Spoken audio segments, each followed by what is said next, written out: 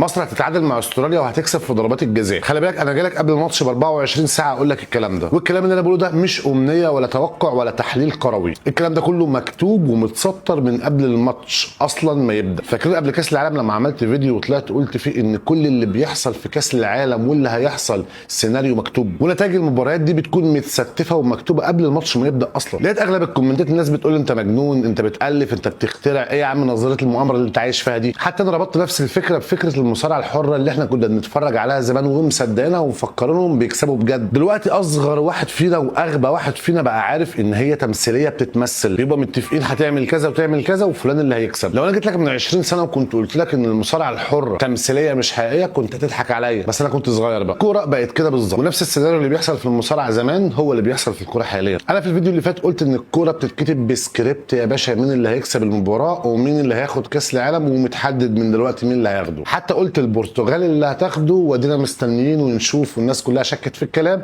وهنشوف في النهايه. طب رايك بقى ان انا جايب لك النهارده الشريط والسيناريو اللي هيحصل بكره قبل ب 24 ساعه. هقول لك ايه اللي هيحصل في ماتش مصر واستراليا بكره. بص انا مش طالب منك دلوقتي غير انك تستحملني لحد الماتش ما يخلص وتشوف النتيجه وتعرف اللي انا هقوله دلوقتي هو اللي هيحصل ولا لا، وساعتها هتعرف ان ابو السلف ما بيقولش اي كلام. اما لو انت بتتفرج على الفيديو دلوقتي بعد الماتش اما خلص وكلامي اتحقق هتقول لي عاش عليك، اقول لك لا مش عاش ولا حاجه، عشان مش انا اللي بقول كده. بكل بساطه النتائج اللي انا بقولها اللي هتحصل لسه بكره دي اتسربت ونزلت على كرتون سيمبسون اللي بقاله سنين بيمهد للاحداث قبل ما بتحصل. السكريبت يا باشا اتكتب ونزل في كرتون سيمبسون وبيقول كالاتي: المباراه هتكون مشحونه جدا وقويه بدنيا جدا على مصر هي اللي هتجيب الجون الاول وهتبدا باحراز الاهداف. بعد كده استراليا هتضغط ضغطه موت وهتتعادل مع المنتخب بتاعنا، وهتصبح النتيجه 1-1 او 2-2، المهم انها تخلص تعادل. في لعيب مهم جدا في المنتخب هيتصاب بكره، اللهم سلم سلم، وهيخرج من الملعب شايلينه. المباراه هتفضل الماتش بالكامل حتى الاشواط الاضافيه هيلعبوها، وفي الاخر هيلعبوا ضربات الجزاء،